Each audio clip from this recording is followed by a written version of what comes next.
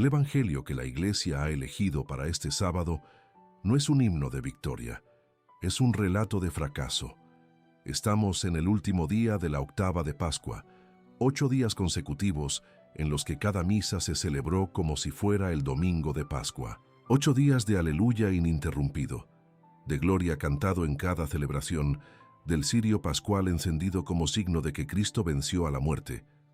8 días en los que toda la Iglesia se vistió de blanco, en los que las vestiduras resplandecieron en los altares, en los que las flores regresaron al santuario después de la desnudez del Viernes Santo, en los que el incienso se elevó densamente en las catedrales de todo el mundo. Y el Evangelio que concluye esta semana de gloria es este: 3 apariciones de Cristo resucitado, 3 negaciones de la fe. Marcos, capítulo 16, es el relato más breve y crudo de la Pascua. No hay jardín fragante, ni camino a Emaús, ni pescado asado en la playa. Es un resumen seco, casi telegráfico, de todo lo que sucedió después de la mañana de Pascua. Y esto fue lo que sucedió. Jesús se apareció primero a María Magdalena, de quien había expulsado 7 demonios. Marcos hace hincapié en identificarla. El primer testigo de la resurrección no es ni Pedro ni Juan. Es una mujer cuya palabra, en la cultura jurídica judía del primer siglo, no era aceptada como testimonio válido en un tribunal. Corrió a anunciarlo a los discípulos, que estaban de luto y llorando. No creyeron. Luego Jesús se apareció a 2 de ellos mientras caminaban hacia el campo, con una apariencia diferente. Regresaron y se lo contaron a los demás. Ellos tampoco creyeron. Finalmente, se apareció a los 11 mientras estaban sentados a la mesa, y no los abrazó. No sonrió. No dijo, paz. Él los reprendió. Él reprendió su falta de fe, reprendió su dureza de corazón. Los reprendió por no creer a quienes lo habían visto resucitado. Es posible imaginar la escena. La habitación con las puertas cerradas, el olor a pan y aceite sobre la mesa, el sonido de las voces bajas de hombres que aún lloran, que aún no entienden, que oyeron 3 testimonios diferentes y los rechazaron a todos. Y entonces entra Jesús. No atraviesa la pared como en otros relatos. Marcos no describe cómo llega, solo dice que apareció. Y lo primero que hizo no fue consolar, fue confrontar. La Iglesia no eligió este texto al azar, lo colocó en la víspera del Domingo de la Divina Misericordia, el último día antes de que termine la octava. Como si dijera, antes de celebrar la misericordia, miremos la dureza de corazón. Antes de recibir el perdón, reconozcamos la negación. La resurrección no es fácil de creer. No fue fácil para los 12. No es fácil para nosotros. Y sin embargo, el salmo que la liturgia repite cada día de esta octava, el mismo salmo 8 veces seguidas, dice: Este es el día que el Señor ha hecho. Incluso hoy, incluso en este sábado de incredulidad, incluso ante corazones endurecidos, el Señor ha hecho este día. Y quizás esa sea precisamente la razón por la que existe la octava. La Pascua es la única fiesta del año litúrgico que la Iglesia ha considerado demasiado importante como para celebrarla en un solo día. La Navidad tiene su octava, pero la octava de Pascua es diferente. Mientras que los días de la octava navideña incluyen las fiestas de los santos, San Esteban, San Juan Evangelista, los santos inocentes, los días de la octava de Pascua no incluyen ninguna. Cada uno de los 8 días se celebra como una solemnidad del Señor. No se permite la conmemoración de los santos, no hay misa votiva, no hay misa de funeral, excepto la misa de requiem en caso de necesidad. Durante 8 días, toda la liturgia gira en torno a una sola realidad: Cristo ha resucitado de entre los muertos. Las normas universales del año litúrgico establecen que los 50 días del tiempo pascual deben celebrarse como un solo día festivo, un gran domingo. Pero la primera semana de estos 50 días tiene un significado especial. San Agustín, en su Carta 55, llama a estos días los 8 días de los neófitos.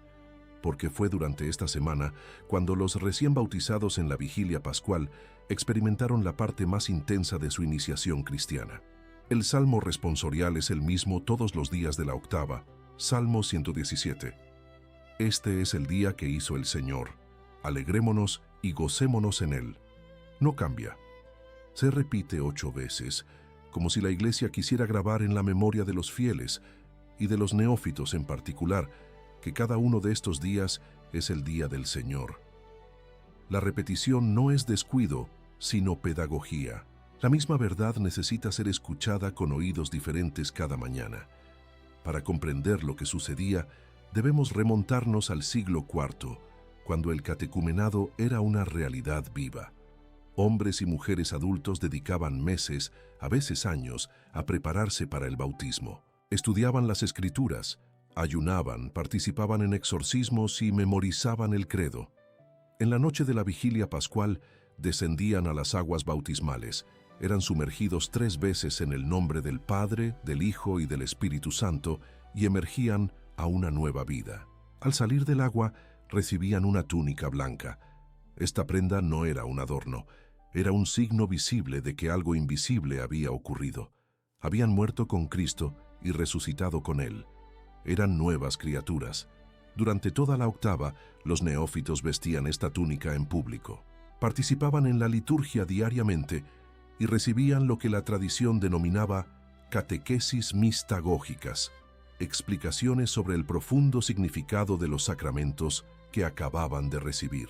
San Cirilo de Jerusalén registró 5 de estas catequesis, que siguen siendo hasta el día de hoy uno de los textos más bellos del período patrístico.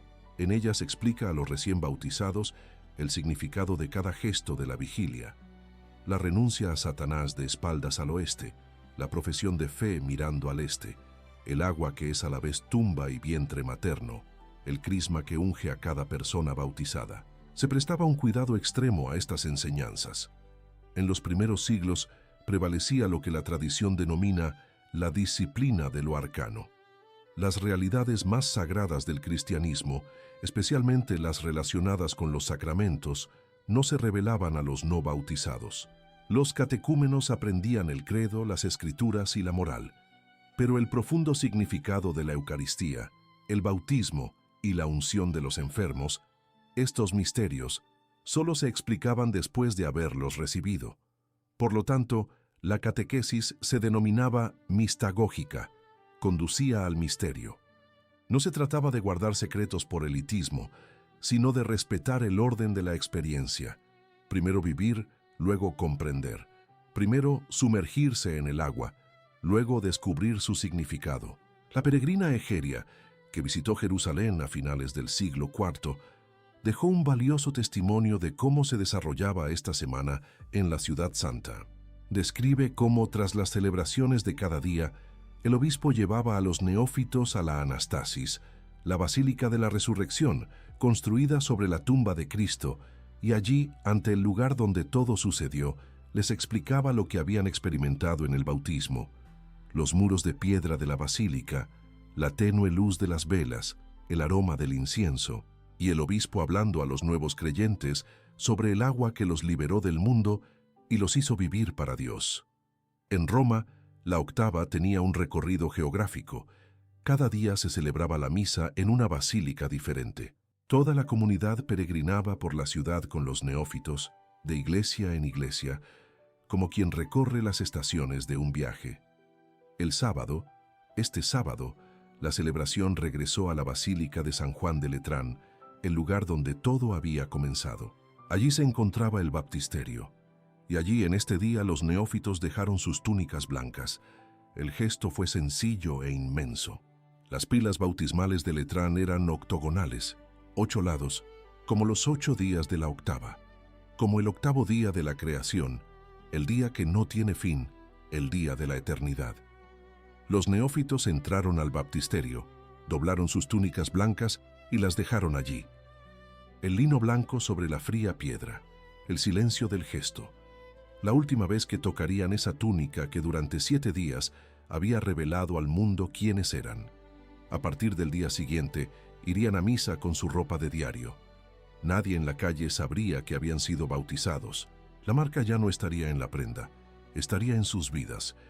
Por primera vez pudieron presentar las ofrendas de pan y vino en el altar porque, habiendo pasado por la mistagogia, comprendieron el significado de la Eucaristía. El nombre de este sábado en la antigua tradición era In albis depositis, el día en que se dejan a un lado las vestiduras blancas. El domingo siguiente se conoció como Dominica in albis, o en algunas tradiciones, Quasimodo geniti, como los recién nacidos, debido al introito de la misa de ese día, tomado de la primera epístola de San Pedro. Como niños recién nacidos, anhelen la leche espiritual pura. Los neófitos, al dejar a un lado sus vestiduras, no dejaron de ser nuevos. Seguían siendo recién nacidos. Apenas comenzaban a caminar por sí mismos. La prenda iba a desaparecer. Lo que representaba debía permanecer. La primera lectura de este sábado muestra lo que sucede cuando la resurrección finalmente llega al corazón de alguien, y el contraste con el Evangelio no podría ser más marcado. En el Evangelio de Marcos, los apóstoles escuchan testimonios de 3 fuentes distintas y no creen en ninguno. En la primera lectura del libro de los Hechos, capítulo 4, 2 de estos mismos hombres, Pedro y Juan, se presentan ante el Sanedrín, el Tribunal Supremo de Israel, ante los sumos sacerdotes, los ancianos y los escribas.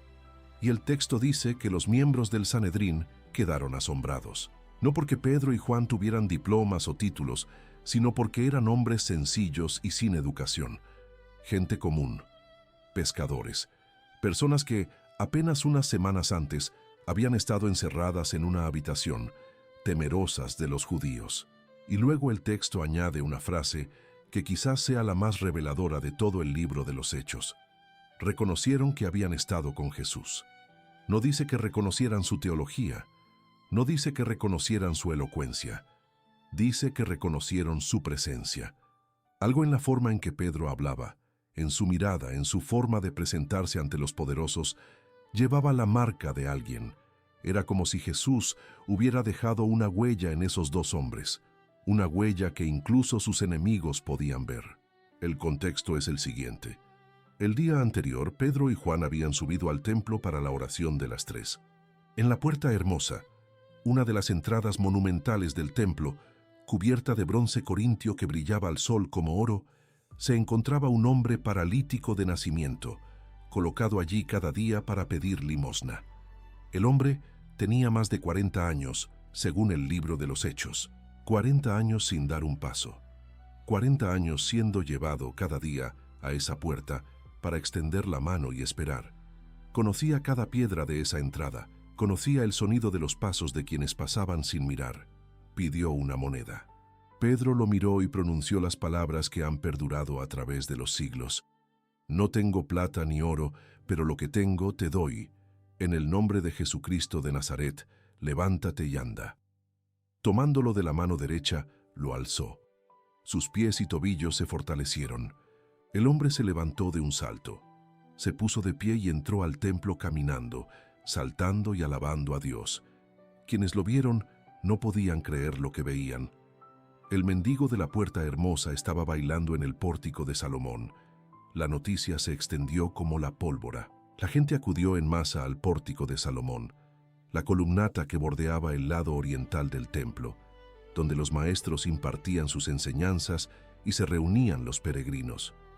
Pedro predicó allí, en el mismo lugar donde Jesús había caminado y enseñado meses antes. Los sacerdotes los hicieron arrestar.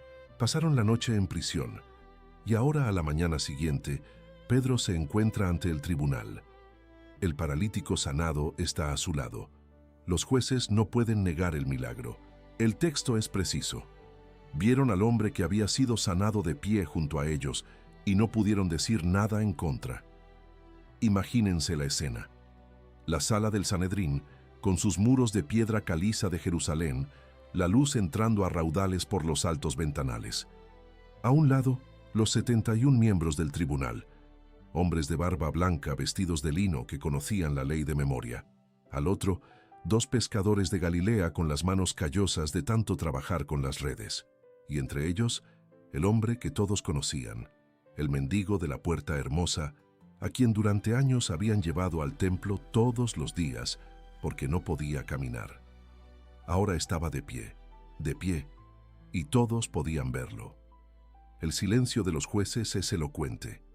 Marcos relata en el Evangelio de hoy que los apóstoles no creyeron a María Magdalena, no creyeron a los 2 discípulos. Necesitaban tener a Jesús mismo ante ellos para empezar a comprender. Y ahora, en el libro de los Hechos, el mismo patrón se repite, pero con la señal invertida. Los sacerdotes ven el milagro con sus propios ojos. El paralítico está allí, de pie ante ellos, y su reacción no es creer, es intentar silenciarlo. La incredulidad no es un defecto exclusivo de los apóstoles, es la condición humana ante lo imposible. Los jueces deliberaron. El Catecismo de la Iglesia Católica, en el párrafo 643, enseña que todas las apariciones de Cristo resucitado tenían como objetivo conducir a los discípulos a una fe nacida de la experiencia del encuentro, no de la argumentación, del encuentro. Y eso es precisamente lo que el Sanedrín percibe inconscientemente. Pedro no convence mediante el discurso, convence mediante la transformación. El hombre que negó a Cristo 3 veces en una noche, ahora se enfrenta al tribunal que lo condenó a muerte. Y la razón no es el valor de Pedro. La razón es que Pedro se encontró con Cristo resucitado. La escena en el Sanedrín es también una escena de olores y sonidos. El incienso del templo que se filtra por las grietas, el murmullo de los ancianos deliberando entre sí, el sonido de los pies del paralítico golpeando el suelo de piedra, pies que jamás habían tocado el suelo con tanta fuerza. Pedro habla con la voz de quien ya no tiene nada que perder, porque quien se ha encontrado con el resucitado ya ha perdido el miedo a perder. ¿Qué vamos a hacer con estos hombres?, se preguntaban los sacerdotes. Han realizado un milagro evidente, y es de sobra conocido entre todos los habitantes de Jerusalén, así que no podemos negarlo. Su solución era patética y predecible: amenazar, prohibir, ordenarles que guardaran silencio. Llamaron a Pedro y a Juan de vuelta al salón y les ordenaron que no hablaran ni enseñaran en nombre de Jesús. Pedro y Juan respondieron con una frase que se convirtió en el lema de toda la evangelización cristiana: nosotros no podemos callar lo que hemos visto y oído. Los sacerdotes los amenazaron de nuevo y los dejaron en libertad, pues no encontraron motivo para castigarlos, ya que todo el pueblo glorificaba a Dios por lo sucedido. Este es el arco de toda la octava. Comienza con el silencio de la tumba vacía. Pasa por la duda de los discípulos de Emaús, que caminan tristes, sin reconocer a quien está a su lado, y solo lo reconocen en el partir el pan, en el gesto eucarístico. Pasa por la petición de Tomás, que necesita tocarse la herida con el dedo para creer, y que al hacerlo pronuncia la mayor profesión de fe de todo el Nuevo Testamento: Señor mío y Dios mío. Pasa por el pescado asado en la playa de Galilea, donde Jesús prepara el desayuno para los pescadores que trabajaron toda la noche sin pescar nada. Pasa por la pregunta repetida 3 veces: Simón, hijo de Juan, ¿me amas? Y la respuesta dada 3 veces, como la negación había sido 3 veces. Una negación por cada pregunta, un perdón por cada herida. Y aquí termina todo, este sábado, con Pedro ante los jueces. El mismo Pedro, irreconocible, no porque haya cambiado de opinión, sino porque cambió su vida, porque estuvo con Jesús. La mujer que lo reconoció en el patio del sumo sacerdote la noche de la pasión le dijo: tú también estabas con Jesús. Pedro lo negó. Ahora los sacerdotes mismos lo reconocen. Habían estado con Jesús, y Pedro ya no lo niega. El miedo se ha transformado en valentía. La negación se ha convertido en proclamación. Las mismas manos que se calentaban junto al fuego en el patio mientras Jesús era juzgado, ahora se extienden para sanar en su nombre. La octava conferencia no celebra una idea, celebra a una persona. Y la diferencia entre información y encuentro es la diferencia entre el temor del cenáculo y la valentía del Sanedrín. La octava de Pascua es tan poderosa que lo eclipsa todo a su alrededor. Durante estos 8 días no se celebra la memoria de ningún santo. Si alguna solemnidad cae dentro de este periodo, se traslada al lunes siguiente. La resurrección ocupa todo el espacio litúrgico. Y es precisamente por eso que en este 11 de abril la Iglesia no celebra la memoria de una santa cuyo cuerpo sufrió las llagas de Cristo. Santa Gemma Galgani nació en Camigliano, cerca de Lucca, en la Toscana, el 12 de marzo de 1878. Su nombre, en italiano, significa joya. Fue la primera niña entre los 8 hijos del matrimonio Galgani. Su madre, Aurelia, le inculcó desde pequeña el amor a Cristo crucificado y a la Virgen María. La pequeña Gemma tiraba de la falda de su madre y le decía: «Mamá, cuéntame algo más sobre Jesús». A los 5 años ya rezaba el oficio divino con una devoción que asombraba a sus maestros. Pero Aurelia murió de tuberculosis cuando Gemma tenía 7 años. El día de su confirmación, poco antes de la muerte de su madre, Gemma escuchó una voz en lo más profundo de su alma. «¿Me entregarás a tu madre?».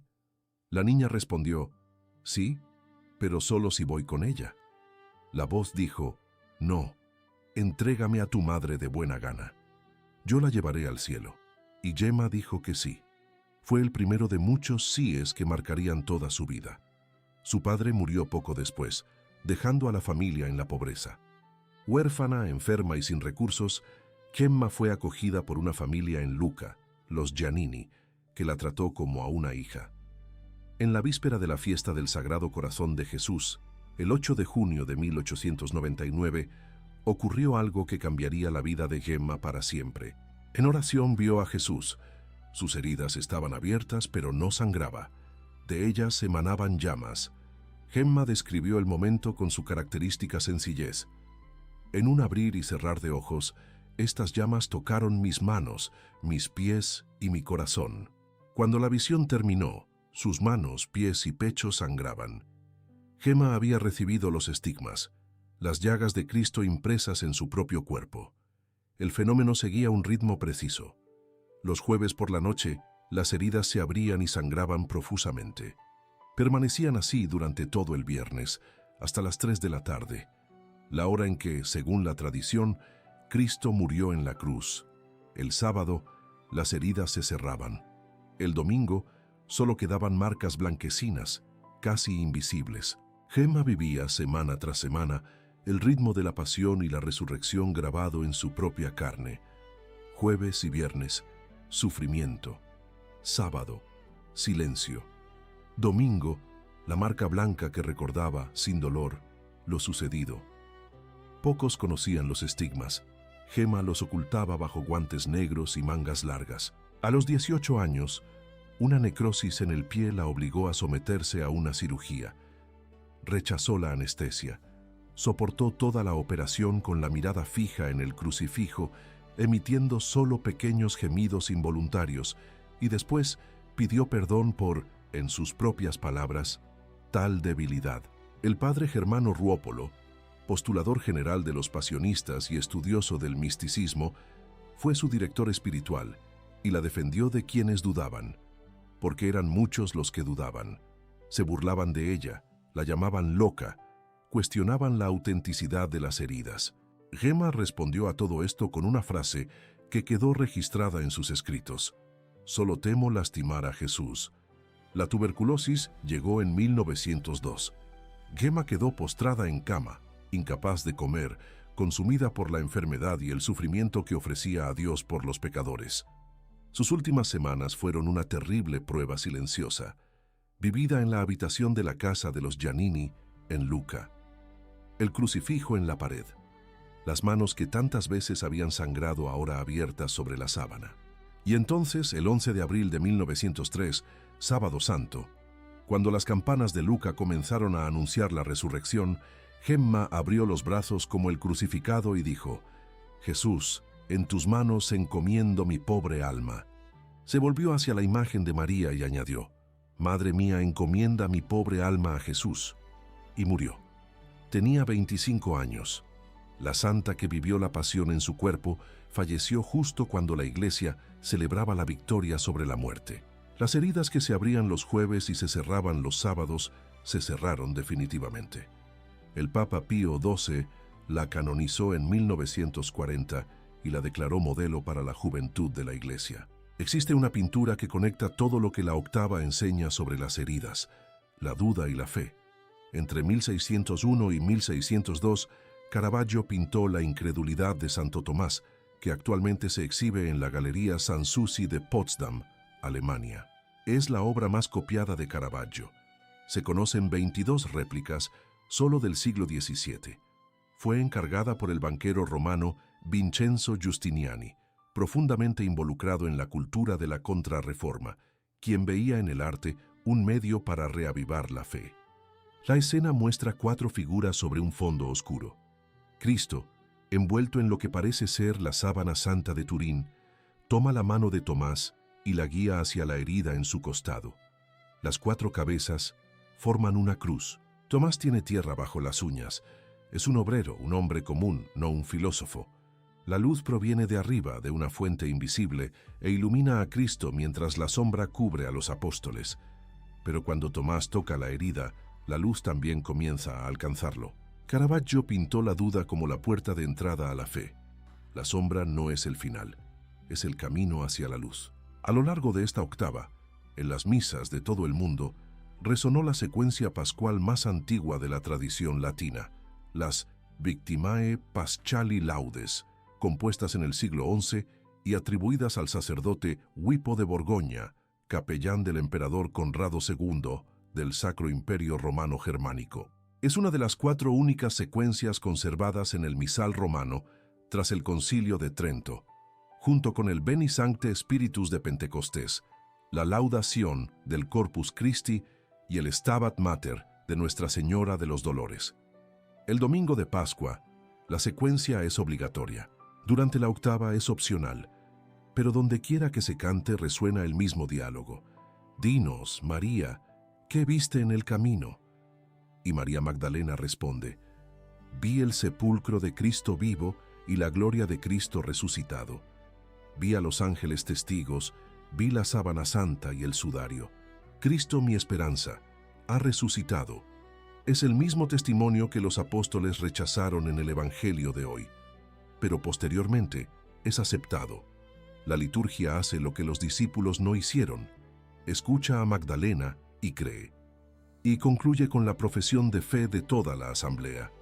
Sabemos que Cristo ha resucitado de entre los muertos. Oh Rey victorioso, ten misericordia de nosotros. Magdalena vio. Gema sintió. Tomás tocó. Pedro proclamó. Diferentes caminos hacia el mismo encuentro. Mañana finaliza la octava conferencia. Los neófitos de la iglesia primitiva se quitaban sus vestiduras blancas en este sábado. A partir del día siguiente, vestirían su ropa habitual. Regresarían a sus hogares, a sus trabajos, a su vida cotidiana. Pero algo en ellos había cambiado para siempre. Habían sido inmersos en la muerte de Cristo y habían emergido a su vida. La vestidura había desaparecido.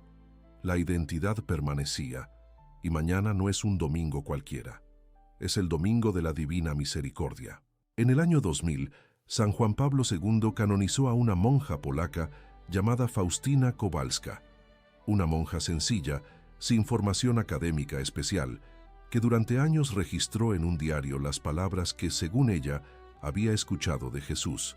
Y ese mismo día, 30 de abril de 2000, el Papa declaró que el segundo domingo de Pascua se celebraría en toda la Iglesia como el Domingo de la Divina Misericordia. No fue una decisión improvisada, sino la respuesta a una petición plasmada en las páginas de ese diario. Jesús le había dicho a Faustina, «Deseo que la fiesta de la misericordia sea refugio y amparo para todas las almas, especialmente para los pecadores». 5 años después, el 2 de abril de 2005, murió San Juan Pablo II.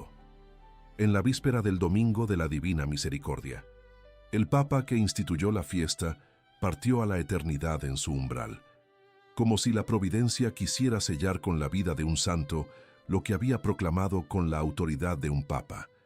Hay un detalle que pocos conocen. La novena de la Divina Misericordia comienza el Viernes Santo, el día de la muerte de Cristo, y termina el sábado siguiente, es decir, hoy, en este mismo día. 9 días de oración que abarcan toda la octava y culminan en la fiesta de mañana. Jesús le dijo a Faustina que, durante estos 9 días, los fieles debían guiar a las almas a la fuente de la misericordia para que recibieran fortaleza y alivio. La octava de Pascua y la novena de la misericordia van de la mano, como dos corrientes del mismo río. La imagen de la divina misericordia muestra a Jesús con dos rayos que emanan de su pecho, uno rojo y otro pálido, sangre y agua, la misma que brotó del costado de Cristo cuando el soldado lo traspasó con una lanza en el Calvario, como se narra en el Evangelio de Juan, capítulo 19, versículo 34. Son los mismos elementos del bautismo y la Eucaristía: agua que lava, sangre que nutre. La misericordia no es un sentimiento vago, es la vida sacramental de la Iglesia. El Evangelio de hoy concluye con un mandato. Tras reprender a los apóstoles por su dureza de corazón, Jesús no los abandona, no los reemplaza, no elige a otros más dignos, hace exactamente lo contrario. Mira a aquellos hombres que no creyeron en 3 ocasiones y les dice: vayan por todo el mundo y prediquen el Evangelio a toda criatura. La última frase del Evangelio de este sábado es la primera frase de la misión cristiana. Ve, no cuando estés listo, no cuando ya no tengas dudas, ahora, con la dureza del corazón aún fresca, con la vergüenza de la negativa todavía en tu pecho. Ve de todos modos, porque la misión no nace de la perfección, nace del encuentro, y tú estabas conmigo. La octava venida comenzó con la tumba vacía, termina con el mundo entero. Comenzó con el temor de los discípulos, termina con el envío. Comenzó con la piedra removida, termina con las puertas abiertas. Este sábado es el día de la transición, de la túnica blanca a la ropa común, de las heridas curadas a la vida abierta, de la duda a la proclamación, de la octava a la misericordia. Los estigmas de Gema desaparecieron el sábado. Las vestiduras blancas de los neófitos fueron retiradas el sábado. El sábado es el día en que lo visible se retira para que lo invisible pueda actuar. Las heridas no desaparecen, permanecen como marcas blanquecinas. La túnica se lleva al baptisterio, pero el bautismo permanece en el alma. El sábado no es el final, es la preparación para lo que viene después. Mañana, cuando oigas las campanas de la misa del domingo de la Divina Misericordia, recuerda, no necesitas ser perfecto para ser enviado. Pedro lo negó 3 veces y predicó ante el Sanedrín. Los apóstoles rechazaron 3 testimonios y recibieron la misión más importante de la historia. Gema sufrió heridas invisibles y murió mientras las campanas anunciaban la victoria. La resurrección no espera a que estés preparado. Ella se acerca a ti mientras aún estás sentado a la mesa, afligido, con el corazón endurecido, y él dice: vete. Si este guión te ha conmovido, compártelo con alguien que necesite escucharlo.